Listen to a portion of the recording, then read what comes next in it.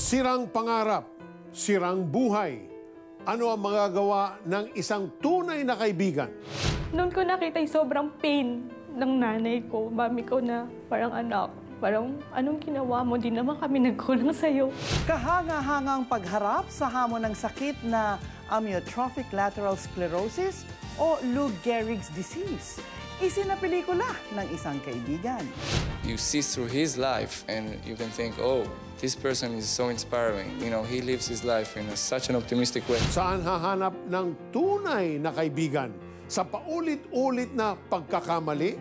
Almost 10 years na parang paulit-ulit na lang. Parang, ano ba itong nangyayari sa akin? Parang gusto ko nang i-end up talaga yung ano. Pero may takot naman ako sa Diyos para magpakamatay.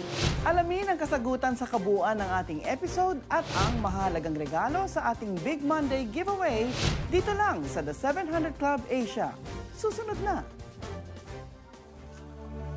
Tila kamalasan ang dulot ng pag-ikot ng mundo para kay Pam. Sa araw-araw, ang bumubungad sa kanya ay ang katotohanang ipinanganak siyang mahirap. Salamat kami kay Lord dahil merong talbos ng saluyot sa likod bahay. So, yun, everyday na pinipitasan yun para lang kain kami. And then, nakaranas kami ng tutong na isasangag pa ng mami ko para lang makain namin. Siyempre, nahaluan kasi siya ng asin. So, magkakaroon siya ng lasa. Habang kumakain kami noon, talagang yung luha ko tumutulo. Parang, ano ba itong buhay namin? Sa liit ng kita ng amang namamasada lamang, di nito mapag-aral sa kolehiyo si Pam. Ngunit isang kamag-anak ang bumuhay sa pag-asang maaari pang maiba ang guhit ng kanyang mahirap na tadhana. Nag-offer na talaga kaagad din yung mga titas ko na pag-aralin ako. Kasi alam nila yung buhay namin. Tapos ang nakikita kasi nila nun, ako yung panganay, ako yung makakatulong sa kanila, sa family ko. Kaya kailangan ko mag-aaral na mabuti. Thankful ako kasi pinagpa-aral ako, pero yun nga. Itinuon ni Pam ang sarili sa pag-aaral. Nangako sa kanyang mga magulang na balang araw, siya ang pag-asa ng pamilya. Ngunit dala na rin ng kabataan, naging mapusok si Pam at unti-unti ang tinatahak na direksyon na iliko ng dahil sa maling desisyon. Nagrebelde ako. Hindi ko alam kung rebelde sa ano, pero parang feeling ko rebelde sa sarili. Kasi parang hindi ko mas mailabas ko yung sarili ko. Ito yung gusto ko, ito yung plano ko, ito yung mga gusto kong mangyari. Gusto kong ilabas ano ba talaga ako, sino ba talaga ako. Ang desisyong ito ang siyang mumulto sa kinabukasan ni Pam. Lalo na't nang malaman niyang may kapalit ang lahat ng aksyong kanyang nagawa. Kapit talaga ako sa pader. Parang noon ko lang naranasan yun, napakapit ako sa pader ng nag-positive ako. Doon ko nakita na, doon ako nakaramdam ng takot. Naisipang may paraan upang mabura ang balikong sitwasyon, isang tableta upang maitama ang bunga ng maling relasyon. Tapos parang feeling ko nung sinabi niya, lalo akong nawalan ng purpose sa buhay niya. Parang sinabi niya na, parang nung sabi ko sa kanya, sana pinatay mo na lang ako. Ayaw mo talaga. Sabi niya, inumin ko daw yun. So, ininom ko siya. Ininom ko siya kasi sobra akong confused. Sobra akong confused, sobra akong natatakot, sobrang hindi ko alam kung ano yung inisip ko na yun, ano sasabihin ng family ko, ano isipin ng mga nagpaaral sa akin, yung mga sobra akong natakot, sobrang takot na takot ako. Para yung iyak ng mami ko. Sobra. Nag-iiyakan talaga kami dalawa. Noon ko nakita yung sobrang pain ng nanay ko, mami ko na parang anak, parang anong ginawa mo? Di naman kami nagkulang sa'yo. Di maipaliwanag ang kalungkutang dulot ng sunod-sunod na maling desisyon. Nalubog si Pam sa depresyon, ngunit di ito naging katapusan ng kabanata ng kanyang buhay. Tulad ng liwanag ng umaga, isang kaibigan ang tila naghatid ng liwanag sa madilim na tinatahak na landas ni Pam. Yung time na yun, parang, Lord, parang ayoko na ng ganitong buhay. Hindi ko na kaya ito. Sabi ko, ayoko na dito. Pagod na ako. Yun lang pala yung gusto ni Lord. Sabihin mong pagod ka na. Yung hayaan mo na siya naman ang gumawa ng plano niya para sa buhay mo. Ipinakilala ng kaibigan kay Pam ang Panginoong Diyos na siyang dahilan ng di maipaliwanag na pagmamahal. Dahil dito, nagdesisyon siyang isuko ang buhay niya sa pamamahala ng Diyos. Sabi ko, Lord, ikaw talaga to. Talaga nagbibigay ka ng tao, kakaibang joy. Yung joy na hindi mo ma-explain. Yung parang biglang, parang nag-overflow lang yung bigla ka nakaramdam na, wow, you are loved. Pam, you are loved. Hindi naging madali ang pagbabagong buhay. Muling nakaranas si Pam ng mga pagkadapa at ilang ding problema. Ang pinagkaiba lang ay isinuko na niya ang kanyang mga pangarap sa Panginoon at dahil sa gabay ng Diyos, patuloy na lumalakad si Pam sa isang matagumpay at bagong buhay. Dito sa Singapore, nagtatrabaho si Pamela Sebastian bilang caretaker ng isang mayamang pamilya. Patuloy na pinagpapala si Pam di lamang sa pinansyal na pangangailangan, kundi pati na rin sa matagumpay na lakad sa buhay na puno ng pag-asa. Parang nasa green pasture ka lang, lahat magiging well. Although, meron pa rin namang struggles, pero alam mo yun, pinaparamdam ni Lord na, I am with you. Tinanggap mo na ako I am with you. Kahit ano pang daanan mo sa buhay, hindi kita pababayaan. You know, God is the only one that can take all the mistakes that we made in our past and redeem that and then put you on a new path the moment He's in charge na of our lives. Sabi nga ni Pam, di ba, dun sa kanyang kwento, hindi ba, inano niya yung ating Panginoon na very welcoming to her in spite of her sins, no? Kasi sabi ng ating Panginoong Diyos, "Come to me, all of you who are weary and heavily laden, and I will give you rest." Sa Kanya natin matatagpuan ang tunay na kagalakan, kalayaan sa ating mga problema, anuman ang ating kondisyon, sitwasyon, o ating kasalanan, kahit gaanong kasama tayo sa ating buhay o pagkakamali natin ay sukdulan ng talagang kasamaan, ay hindi tumatanggi ang ating Panginoong Diyos sa sino mang lalapit sa Kanya at magtitiwala sa Kanya. Amen, Kata. At gayon din naman, hindi ba, Peter, nakita natin sa kwento ni Pam, kung ikaw ay may problema, lalapit ka sa iyong kaibigan. Ang Panginoong Diyos, si Jesus, ay isang kaibigan na malalapitan mo at hindi ka tatanggihan. The Bible says, a friend that sticks closer than a brother. That's correct. Binigyan tayo ng Panginoong Diyos ng kaibigan, kagaya niya, na tutulong sa atin at hindi dapat nagtutulak sa atin, lalo tayong mapapasama. Dahil ang tunay na kaibigan ay may pagmamalasakit at hindi kumokondena, hindi naninisi, manapay nagpapalakas siya ng loob ng kanyang kaibigan at nagbibigay ito ng pag-asa sa kaibigang nagdurusa. Iyan ang ipinamalas ng kaibigan ni Pamela sa kanya. Nagsilbi siyang ilaw sa madilim na landas na tinatahak ni Pam nang ipabatid sa kanya ang pagmamahal ni Jesus na siyang tunay na kaibigan nating lahat. Our Lord Jesus Christ is a perfect example of a true friend who loves us so much that He gave His life for us. In the book of John, chapter 15:13, we read, "Greater love has no one than this, that He lay down His life for His friends." Anyone who loves Jesus and trusts in Him is a friend of Jesus. Do you want Jesus to be your friend?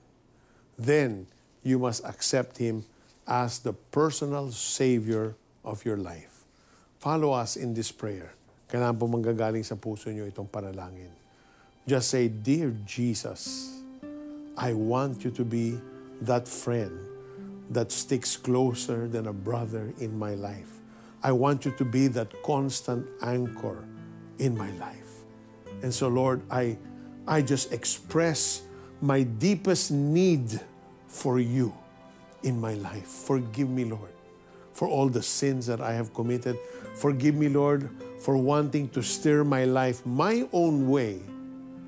And so, Lord, even now, I open my heart's door and I invite you, Jesus, come into my life. Be the Lord of my life. Jesus, come into my life. Be my Savior. Starting this very moment, I turn over my plans, all my cares, all my future to you. Thank you, Lord, for loving me. I pray this prayer from my heart in the name of Jesus. Amen. Sumabay ba kayo sa pagdarasal at tinanggap si Jesus bilang iyong Diyos at tagapagligtas? Ibahagi nyo naman sa amin. Please text yes, space the 700 Club Asia at ipadala yan sa aming smart number 0949-888-8001 at Globe 0917-406-5001 at Sun number 0925-300-3000. Kung sumabay po kayo sa aming dasal at sa kaibuturan ng inyong puso ay tinanggap ninyo si Jesus bilang Panginoon at tagapagligtas ng inyong buhay, kayo ngayon ay nakatitiyak ng kaibigan kayo ng Diyos. Kung may katanungan po kayo tungkol sa napakahalagang desisyon na inyong ginawa, tawagan lamang po ninyo ang aming prayer center sa aming hotline number 737-0700. Nakaantabay ang ating trained prayer counselor upang tanggapin ang inyong tawag at sagutin ang inyong mga katanungan. You can also text us. Just type yes, space, the 700 Club Asia, and send it to our smart number 0949-888-8001. Sa Globe, 0917-406-5001. At Sun number 0925-300-3000. Pwede rin kayo magpadala ng inyong mga mensahe sa ating Facebook wall. I-type lang ang The 700 Club Asia. At pwede rin kayo makipag-live chat sa amin. Mag-log on lang sa aming website cbnasia.org/mediacenter. In our next story, an awesome display of a true friend. See what he has done to comfort a friend and give him hope. That is coming up next, kaya stay tuned. Kahanga-hangang pagharap sa hamon ng sakit na amyotrophic lateral sclerosis o Lou Gehrig's disease. Isinapelikula ng isang kaibigan. You see through his life and you can think, oh, this person is so inspiring. You know, he lives his life in such an optimistic way. Susunod na. Sa ating Big Monday giveaway, mamimigay kami nitong portable electronic scale, shopping bag at grid organizer sa ika-12 caller, texter at FB post na makakasagot ng tama sa ating question of the day. Ano ang karamdamang dumapo sa Israelitang inaalagaan ng isang Pilipina? A. Cancer of the bone. B. Amyotrophic lateral sclerosis o ALS. C. Leukemia. Panoorin ang kabuuan ng programa para malaman ninyo ang tamang sagot.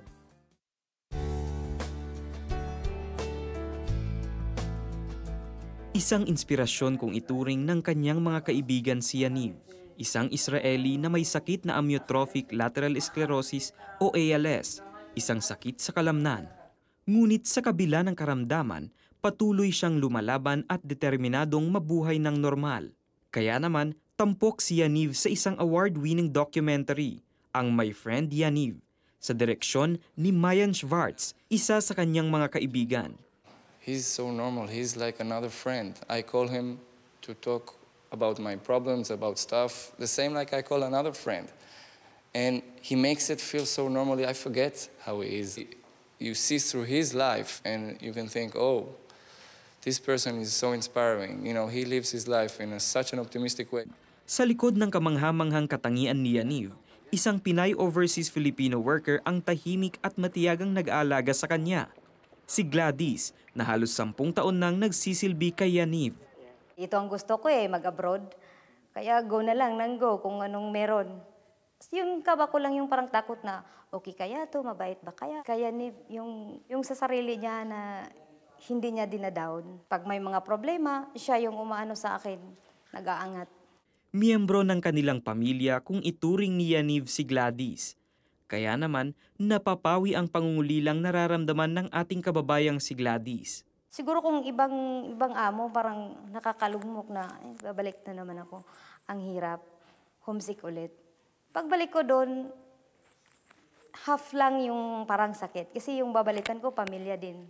Ang magandang relasyon ng pamilya ni Yaniv at ni Gladys ay refleksyon ng subok na at magandang samahan ng Israel at Pilipinas na nagmula pa noong panahon ng Holocaust. Sa kasalukuyan, tinatayang nasa mahigit 30 Pilipino ang nagtatrabaho at nakatira sa Israel sa pamamagitan ng kanilang tapat na paglilingkod na ipadarama nila ang pag-ibig ng ating Panginoong Hesukristo. In the Philippines, you don't really get to see the people that the caregivers work with. and help. And in this way, you can actually see the people from the Philippines go and help them, and how important it is, and how hard it is. You can appreciate those really amazing people that go and work with us.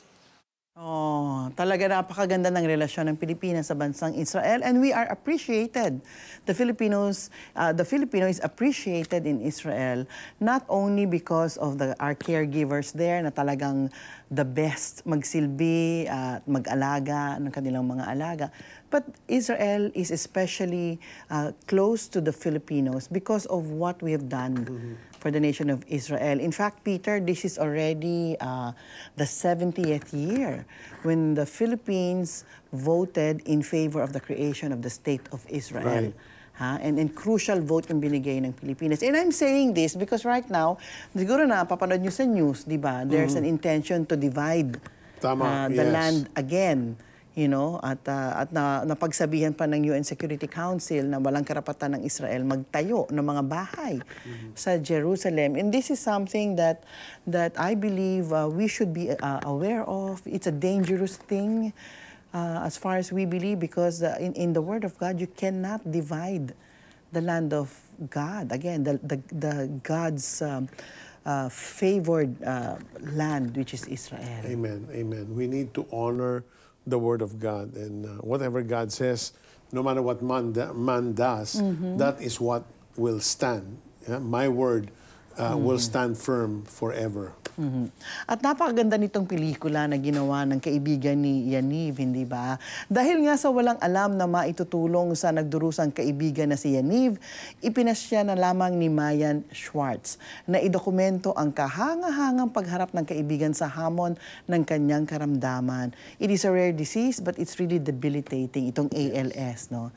At ang paghangan niya sa katapangan ni Yaniv at ang pagsisikap niyang mamuhay na normal ay nais na maibahagi ni Schwartz sa mga taong dumaranas din ng iba't ibang pagsubok sa buhay. Ito ay upang makapagbigay pag-asa sa kanila at magkaroon ng katatagan ng loob. Amen. The Bible gives so much importance on the issue of friendship. One of the greatest examples of friendship is that of David and Jonathan, the son of King Saul. We read in 1 Samuel 18:1 that Jonathan became one in spirit with David because he loved him as himself. And David became so attached to Jonathan that after his death, he wrote a song to him, a tribute filled with heart-wrenching sadness. He also showed kindness to Jonathan's son, Mephibosheth. In 2 Samuel chapter 9, verse 7, we read, "Don't be afraid," David said to him, "for I will surely show you kindness for the sake of your father Jonathan. I will restore to you all the land that belonged to your grandfather Saul, and you will always eat at my table." Biro mo yan? Wow, what a Mephibosheth, promise. you will eat at my table. Yeah. In other words, what I have, you will have. Yeah, kasi that's a Ibang promise and a klase. covenant na ino-honor, ano? Napakaganda. Friendship is really all about love.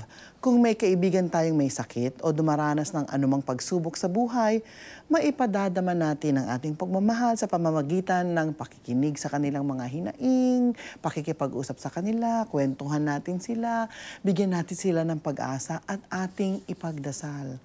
Kayo ba? Kailangan ba ninyong kaibigan? Alam po ninyo na nandito kami sa 700 Club, maging ang ating prayer center na handang pakinggan kayo sa pamamagitan ng pagtawag ninyo sa ating mga hotlines. But even now, right now in our program, we want to be your friend. We want to let you know that we're praying for you. And every prayer request that we receive, we pray for. But right now, we're going to pray for those who are really in need of healing. You know, sa Tagalog ay hiling. Maaari po tayong humiling ng kagalingan sa ating Panginoon Diyos sa pamamagitan po ng ating pagtitiwala sa Kanya, pananampalataya at pagdarasal. Tayo po'y manalangin. Panginoong Diyos, aming Ama, alam namin na Ikaw ay makapangyarihan sa lahat at inyong intensyon na kami ay bigyan ng pag-asa at buhay na masagana. Nasa sa inyo ring kamay ang kagalingan mula sa mga sakit na dinaranas sa mundong ibabaw. At sa pamamagitan ng mga latay sa katawan ni Jesus na kanyang natamo nung siya'y mamatay sa krus ng Kalbaryo, ay naibuhos ang iyong pagmamahal at maging ang kagalingan mula sa mga lahat ng sakit. Kaya ngayon kami naniniwala na ang kagalingan ay nasa sa amin na sa pamamagitan ni Jesus. Right now, in the name of Jesus, for everyone who has an ailment, just believe and receive your healing in the name of Jesus. The Lord wants to heal you right now. Common cough, common colds, you are healed in the name of Jesus. Even cancer in the name of Jesus is healed right now. There's a woman, Peter, who's watching right now and she fears for her life dahil meron siyang breast cancer. But God has heard the cries of your heart and He's answering your prayer. He has been there for you. He has been listening to your cries. And right now, He is granting you your request. He's healing you right now. Just receive it in the name of Jesus. Amen. Yes, Kata, I see someone with stomach cancer. The Lord is healing you. Someone also, you're a young person. Young, I mean, in your late 30s or early 40s, the Lord is healing you from liver cancer. Even now, receive your healing in Jesus' name. There's also a young lady na meron kang severe alopecia. The Lord is healing you from that. You need not be ashamed. The Lord's healing is upon you right this very moment. Receive your healing in Jesus' name. And the Lord has given me a picture of a mom crying out to the Lord in the hospital. Naka-aksidente yung anak niya and he has had several procedures. And even the son is just in so much pain and he can't even open his jaw normally. Well, now the Lord is performing His supernatural operation on your son's jaw. And He's realigning and setting everything in its place exactly the way He created your son's jaw.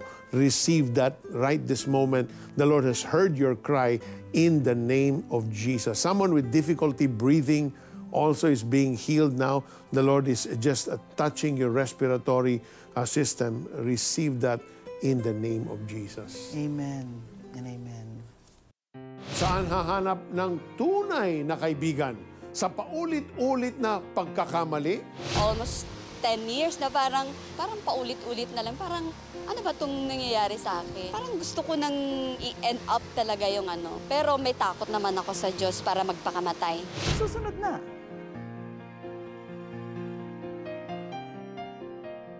Sa ating Big Monday giveaway, ang tamang sagot sa ating question of the day ay letter B, amyotrophic lateral sclerosis o ALS. Kung ikaw ang ika-12 caller, texter at FB post na nakasagot ng tama, sa iyo na ang mga regalong ito. May 48 days lamang kayo upang kunin ang inyong mga regalo dito sa aming studio sa 3rd floor ng Sagittarius Building, HV de la Costa Street, Salcedo Village, Makati City.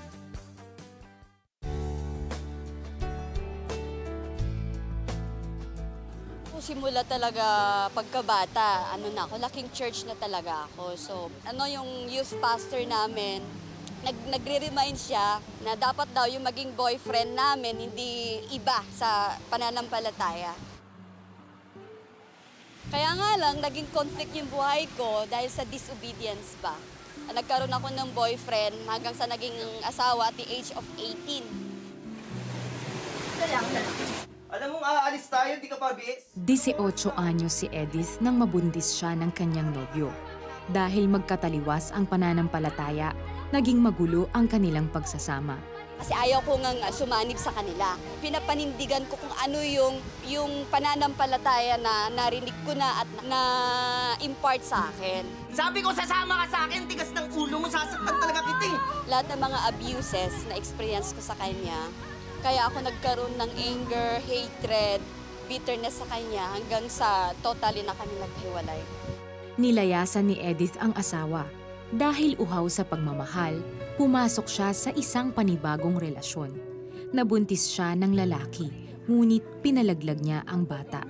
Bagamat may pansamantalang kaligayahan, puno pa rin ng bagabag ang kanyang puso. Siguro mga almost 10 years na parang paulit-ulit na lang. Parang, ano ba itong nangyayari sa akin? Parang meron akong something na hinahanap na hindi ko maintindihan. Parang gusto ko nang i-end up talaga yung ano. Pero may takot naman ako sa Diyos para magpakamatay. Sa tulong ng kapatid na nasa Hong Kong, nakapagtrabaho si Edith bilang isang domestic worker doon. Wala kang peace of mind, merong guilt feelings na nararamdaman mo dahil alam mo hindi tama yung ginagawa mo eh. Mga kapatid, sa oras na ito, ang pag-ibig ng Diyos ay... Doon ay naimbitahan siyang dumalo sa gawain kung saan naramdaman niya ang paghipo ng Diyos sa kanyang puso. Biglang may nag-flashback ba? Sino ka man, ano man nakaraan mo, mahal na mahal ka ng Panginoon. Alam mo, grabe, umiyak na talaga ako niyan.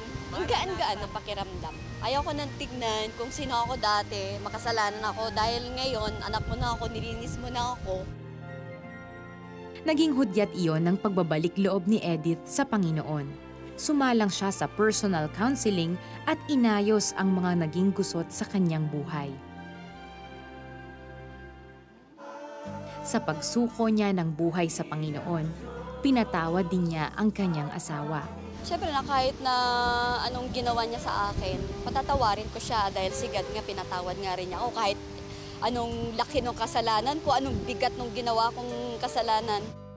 Bagamat isang single mother ngayon si Edith, ang pag-asa at pag-ibig na mula kay Hesukristo ang nagsilbi niyang kanlungan sa panahon ng pag-iisa.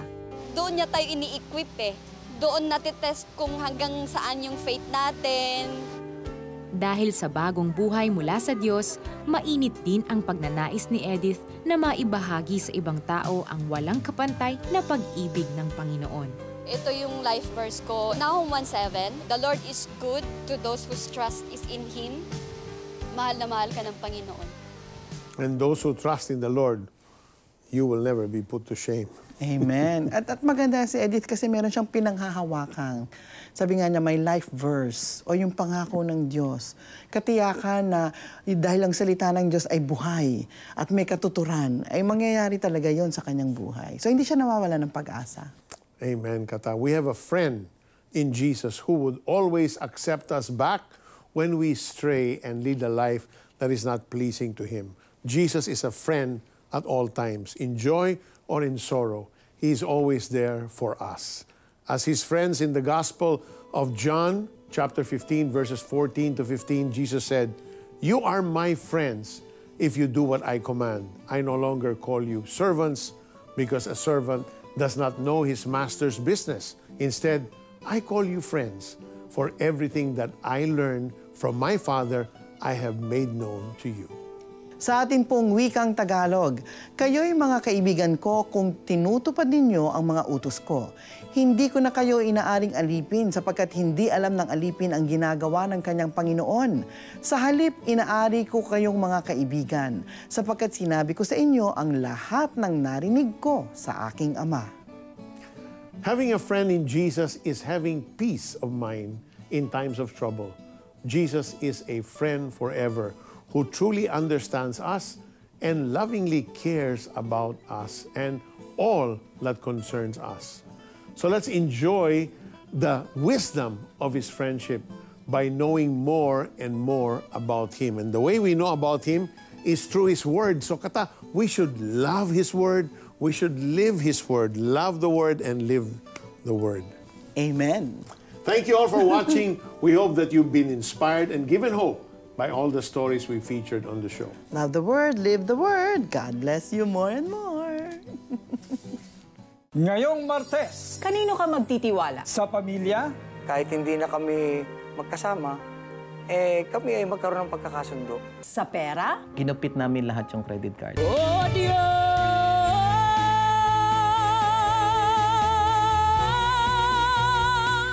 In Black We Trust. Tampok sa The 712 Asia. Martes, alas 12 ng gabi sa GMA pagkatapos ng Alisto. Nood na at pwede ka pang manalo ng aming papremyo.